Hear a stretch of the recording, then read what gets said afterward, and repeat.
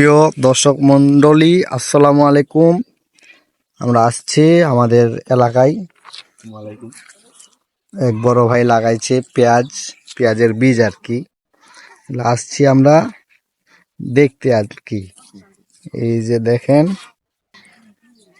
এই যে লাগাইছে। আর আমার চাচাতো ভাইয়া এগুলা কি করতেছো তুমি? ভাইয়া এগুলো দিয়ে ওই যে পেঁয়াজের বীজ স্পষ্ট হওয়ার জন্য ওই যে প্রোগ্রাম করতেছি, একটা থেকে আরেকটা করতেছি। এগুলা এভাবে কি হয়, মানে একটু বিষয়টা একটু বুঝাই দিলে ভালো হতো যারা বুঝে না। ও, এগুলো দিলে বীজগুলো খুব ভালো হয়। বীজগুলো যে গজায় না বা গজায় মারা যায়, এগুলো হয় না এগুলো করলে।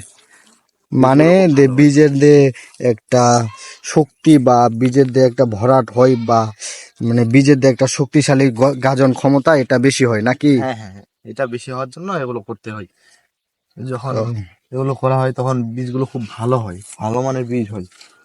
আর ভালো মানের বীজে এগুলো করা হয়, এগুলো করতেই হবে।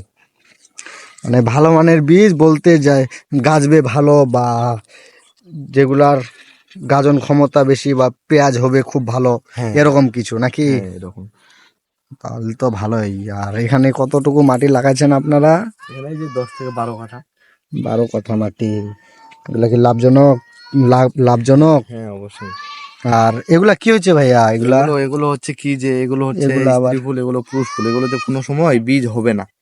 এগুলো এগুলা এমনিতে হচ্ছে, হচ্ছে, এগুলোতে বীজ হবে না। এগুলো এই এগুলা যে পুরুষ দেখেন, ফুল। ফুলটা ফুটতেছে না, এটাই।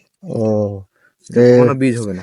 দর্শক মন্ডলী, আপনারা এটা দেখেন তুলে যে ফেলাই ভালো, এটা রাখার যে থেকে। আপনারা দেখেন যে পেঁয়াজের পুরুষ ফুল, পেঁয়াজের পুরুষ ফুল যারা দেখেননি এর আগে দেখে নেন। এগুলা হচ্ছে পেঁয়াজের পুরুষ ফুল, এগুলাতে বীজ হবে না। আর এগুলা হচ্ছে স্ত্রী ফুল। মানে সচরাচর স্ত্রী ফুল বেশি, দু একটা পুরুষ ফুল আছে, এগুলো রাখে দিছে আর কি দেখানোর জন্য, যে কেউ আসে দেখে আমাদের এই ক্ষেতটা ভিজিট করে যায়, তারাই দেখে আর কি।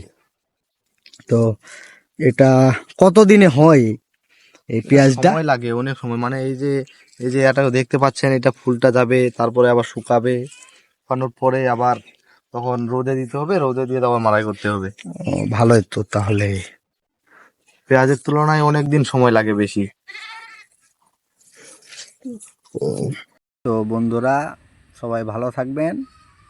আবার কখনো ভিডিও নিয়ে আসবো আপনাদের সামনে। আসসালামু আলাইকুম।